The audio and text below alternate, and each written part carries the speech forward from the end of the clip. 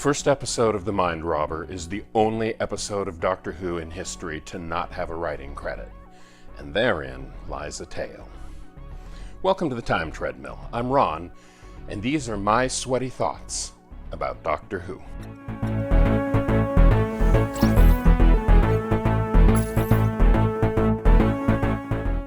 The previous story, The Dominators, was originally supposed to be a 6-episode story, but deep into the script writing process, it was determined that there just wasn't enough story to last that long, and so it was reduced to only 5 episodes. Now, the upshot of that was that the following story, The Mind Robber, which I started this morning, which was originally supposed to be 4 episodes, therefore had to be increased to 5. That led to quite a bit of scrambling and stretching and padding, and yet even so, these 5 episodes are generally speaking some of the shortest in the show's history, and specifically the 5th episode is the single shortest regular episode of Doctor Who. Now, in all of that scrambling, the scriptwriter was very unhappy with how things turned out, and in particular was not at all happy with what was done to the first episode, in which essentially what was supposed to be the first 5 or 6 minutes of the first episode was padded out into an entire episode on its own, and as such the writer wanted nothing to do with it, and so that's why episode 1 of The Mind Robber has absolutely no writing credit on it.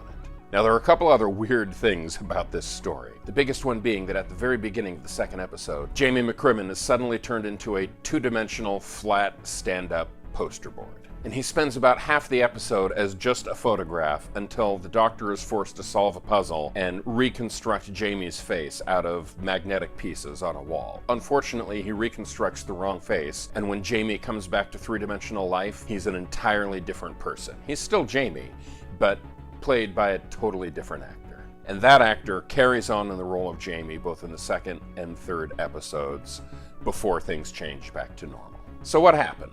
Well, Fraser Hines came down with the chicken pox and unexpectedly had to be out sick for 2 complete weeks. And so rather than completely writing Jamie out of 2 scripts that had already been completed, they just added a little bit of fantasy logic in order to turn Jamie into another person for 2 episodes. Have I mentioned that this is a deeply weird story? So let me summarize the Jamie situation for you in a way that might resonate with modern audiences. At the very beginning of The Mind Robber, the TARDIS crew is threatened because there's a huge outside disaster unfolding, and so they are sheltering in place inside the TARDIS.